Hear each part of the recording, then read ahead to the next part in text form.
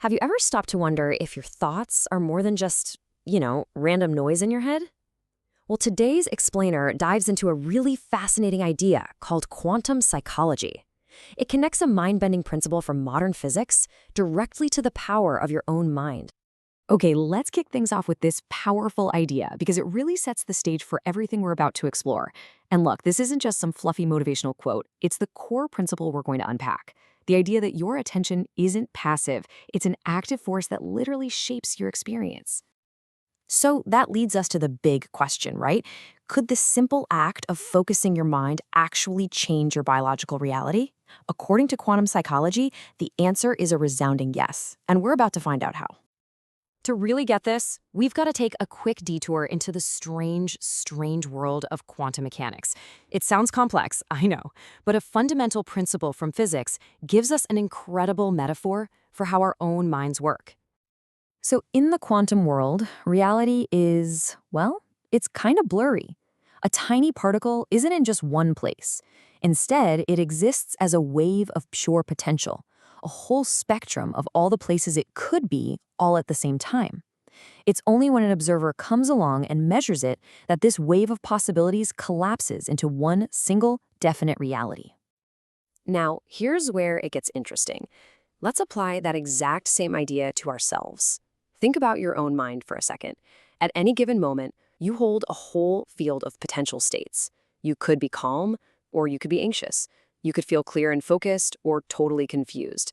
All of those possibilities exist inside you, waiting.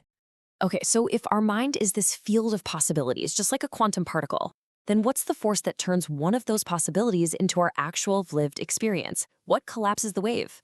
The answer is simple. It's our attention. This right here is the absolute heart of the idea. In physics, the act of observation makes a potential reality concrete. In our own minds, the act of placing your attention on a mental state is what makes it real for you. Whether you do it consciously or not, when you focus on the potential for anxiety, you collapse it into the experience of anxiety. So this really forces you to ask yourself, on a typical day, where does your focus go? Does it drift towards scattered, anxious thoughts, what we could call psychological disorder or entropy? Or do you direct it toward focused, constructive states like clarity and calm, what's known as coherence? But here's where it gets really powerful. This isn't just about passively noticing where your attention goes. We can actually direct it. The secret ingredient that turns passive observation into active creation is our intention. Think of intention as the steering wheel for your attention. It's the conscious choice to grab that wheel and focus on healing instead of sickness, or on patience instead of anger. And this isn't just some philosophical idea.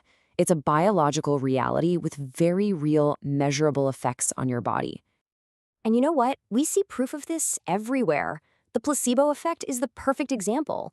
Someone's powerful belief that they're getting a real treatment can trigger actual physiological healing. And the opposite, the nocebo effect, is just as powerful when negative expectations create real harm. It's literally the power of your focused intention in action. And the consequences go deep, right down to our biology. Our mental focus directly rewrites the story our body tells. Scattered, fearful thinking comes at a huge biological price. It weakens our brain's circuits, it floods our system with the stress hormone cortisol, and it literally suppresses our immune system. But when you practice focused, constructive thought, you get neurochemical rewards. You strengthen resilience in your brain, you boost mood-stabilizing hormones like dopamine, and you power up your body's defenses. So, what does all of this really boil down to? It all comes down to choice. If our focus has this much power, it means that in any given moment, we get to choose which mental and biological path we're going to walk down. We basically operate in two modes. Think of the involuntary path as your autopilot. It's easy, it's our default setting, but it often flies us straight into a storm of disorder, fear, and knee-jerk reactions. But then there's the voluntary path. This is where we use conscious, deliberate effort to activate states like patience, gratitude, and courage. And in doing so, we build order and coherence inside ourselves. And that's the crucial takeaway here. Mental and emotional stability doesn't just happen to you. It's not a passive state. It requires a deliberate investment of energy. Just like your body needs good food to stay healthy, your mind needs your focused intention to fight off that natural drift into psychological chaos. So what's our superpower here? What's the tool that lets us do this? It's our free will. It's that incredible human ability to hit the pause button between a trigger and our reaction, to interrupt that automatic slide into fear or anger, and to consciously choose a better, more constructive path.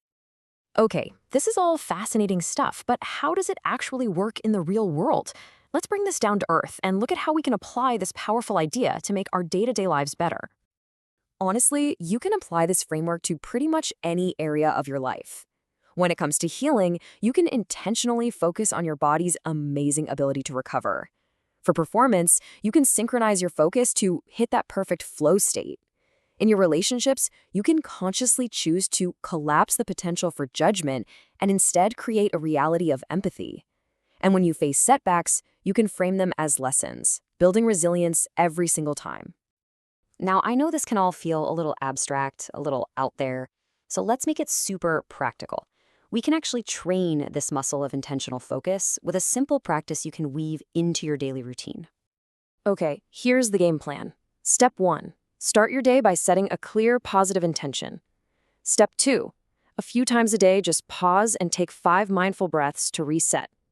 Step 3. When stress pops up, consciously reframe those negative thoughts. Step 4. In the evening, think back on one key choice you made. And finally, step 5. End your day by intentionally collapsing your reality into a state of gratitude.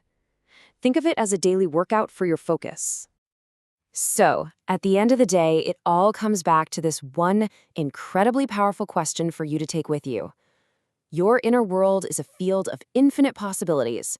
Your attention is the tool that turns that potential into your reality.